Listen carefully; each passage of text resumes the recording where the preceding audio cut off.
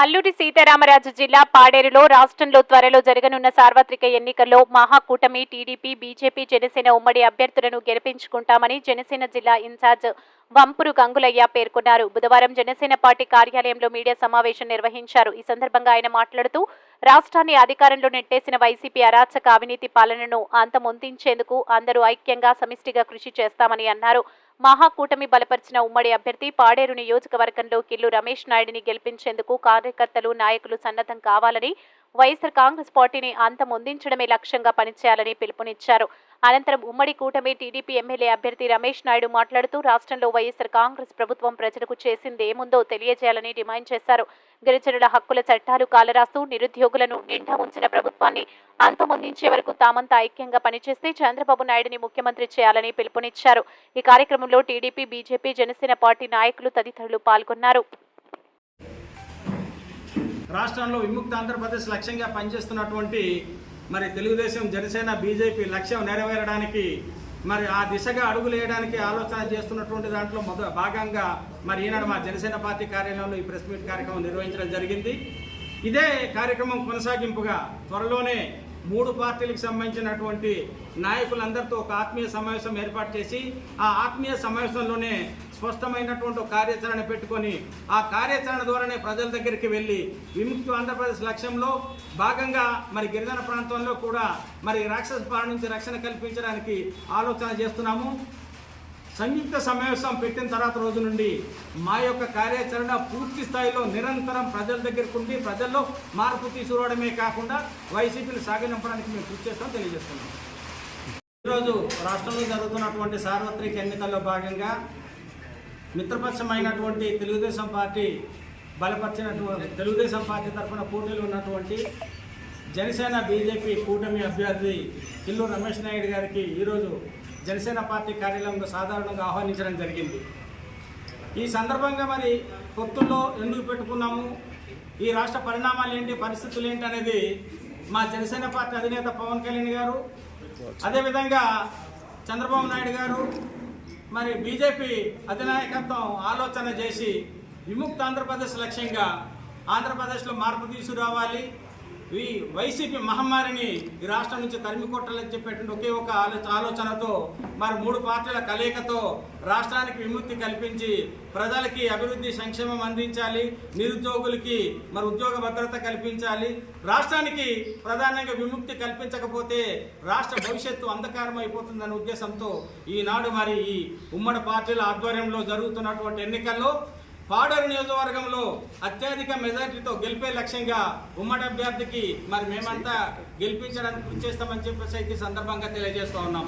కారణం ఏంటంటే గిరిజన ప్రాంతంలో గిరిజన ప్రజలకు సంబంధించినటువంటి అనేక అంశాలు, దాని మీద వ్యవస్థాపరమైన అంశాల దగ్గర నుంచి మొదలుకొని రిజర్వేషన్ల దాకా ఉన్నటువంటి అనేక అంశాలు దాని మీద కూడా గిరిజన వ్యతిరేక విధానాలు అవలంబించినటువంటి వైసీపీ ప్రభుత్వాన్ని సాగనంపకపోతే గిరిజన జాతి యొక్క మనుగడ దెబ్బతింటుంది. కాబట్టి గిరిజన జాతి మనుగడ కోసం మాకు పదవులు లేకపోయినా పర్లేదు, మాకు ఎమ్మెల్యే టికెట్ రాకపోయినా పర్లేదు, కానీ వైసీపీని సాగనంపి కూటమి ద్వారా గిరిజన ప్రజలకు ఉండే హక్కులను రక్షించడానికి మా కూటమి పనిచేస్తుందని, ఆ దిశగానే మా అభ్యర్థి రమేష్ నాయుడు గారు కూడా గిరిజన ప్రజల మన్ననలు పొందడమే కాకుండా ఆ గిరిజన ప్రజల యొక్క మనోభావాలను నిలబెట్టడానికి కృషి చేయాలని చెప్పేసి ఈ సందర్భంగా కోరుకుంటూ సెలవు తీసుకుంటామండి.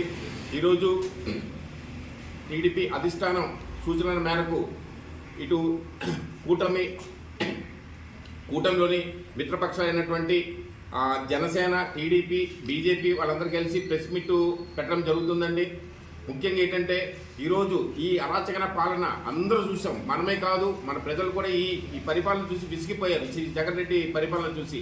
కాబట్టి తరిమికొట్టే రోజు దగ్గరకు వచ్చింది. కాబట్టి ఈరోజు ప్రతి ఒక్క గిరిజనుడు కూడా చైతన్యంలో అయ్యి ఉన్నారండి. తెలుసో తెలియకో 2 పర్యాయాలు మేము మా గిరిజనులకి మాయ మాటలు చెప్పి మీరు ఓటు వేయించుకున్నారు. కనీసం మా గిరిజనులకి ఏమి కూడా కనీసం ఒక యువతకి ఉపాధి చూపించలేదు, అలాగే ఒక రైతుకి గిట్టుబాటు ధర చూపించలేదు, ఒక జీవో నెంబర్ 3 మీద రిట్ పిటిషన్ వెళ్ళిపోయారు, అలాగే మా ఎస్టీఎస్సీ సప్లైన్ నిధులంతా దోచేశారు.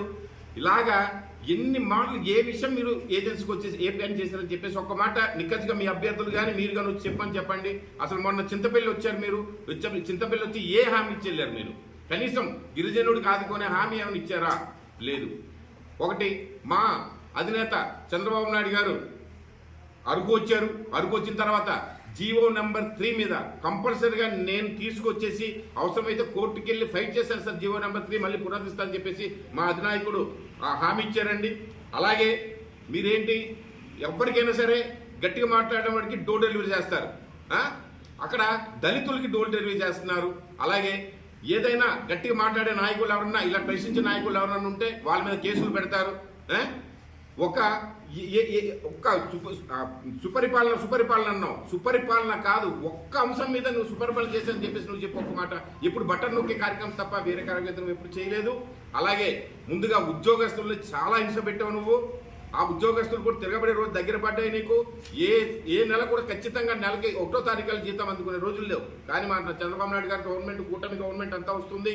ఇటు జనసేన బీజేపీ కలిపి పెట్టుకున్న గవర్నమెంట్, అక్కడ ఎన్డీఏ ప్రభుత్వం 100% 400 సీట్లు తప్పకుండా గెలుస్తాము.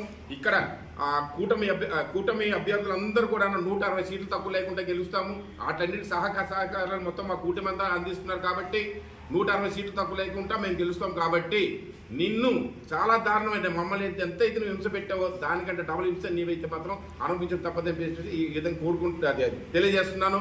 మరి ముఖ్యంగా యువతకి కంపల్సరీగా ఉపాధి కల్పిస్తారు. ఎందుకంటే ఫస్ట్ సంతకమే మా అధినేత తరఫున శ్రీ నారా చంద్రబాబు ఉమ్మడి కుటుంబానికి వచ్చిన తర్వాత మెగా డిఎస్సి ఇస్తారని చెప్పేసి ఫస్ట్ ఫైల్ మీద సంతకం పెడతామన్నారు. కాబట్టి 100% అది చేసి తీరుతారు. ఇది యువత, మా గిరిజనులు అంతా గమనిస్తున్నారండి ఇదంతా. కాబట్టి ఎట్టి పరిస్థితుల్లోని ఈ వైసీపీ ప్రభుత్వాన్ని కనీసం ప్రచారానికి వెళ్ళినట్టు అభ్యర్థులు కూడా ఊరు తమిళ కొట్టాలని చెప్పేసి కోరుకుంటూ సెలవు తీసుకుంటున్నాను. అందరికీ నమస్కారం. నా పేరు రాష్ట్ర పాత్రరాజు. నేను పాడేరు బీజేపీ మైనారిటీ మోర్చా జిల్లా అధ్యక్షుడిని. నాకు మరి Paderu BJP party minority Morcha మా పెద్దలు బీజేపీ మైనారిటీ కొన్ని బాధ్యతలు ఉపయోగించారు. వాళ్ళ బాధ్యత మేరకు ఈరోజు కూటమి సందర్భంగా ఇక్కడ మన బీజేపీ జనసేన కలిసి కూటమి విషయంలో ఇక్కడ ఈరోజు కృష్ణలో మా పెద్దలందరికీ వచ్చాము. కాబట్టి తప్పకుండా రాబోయే రోజుల్లో మేమందరూ కలిసికట్టుగా పనిచేస్తామని సభాముఖంగా తెలియజేస్తూ ఇంకా ముందు కనుక పనుల్లో కూడా ముందుకు వెళ్ళడానికి సహకరిస్తామని తెలియజేస్తున్నాం.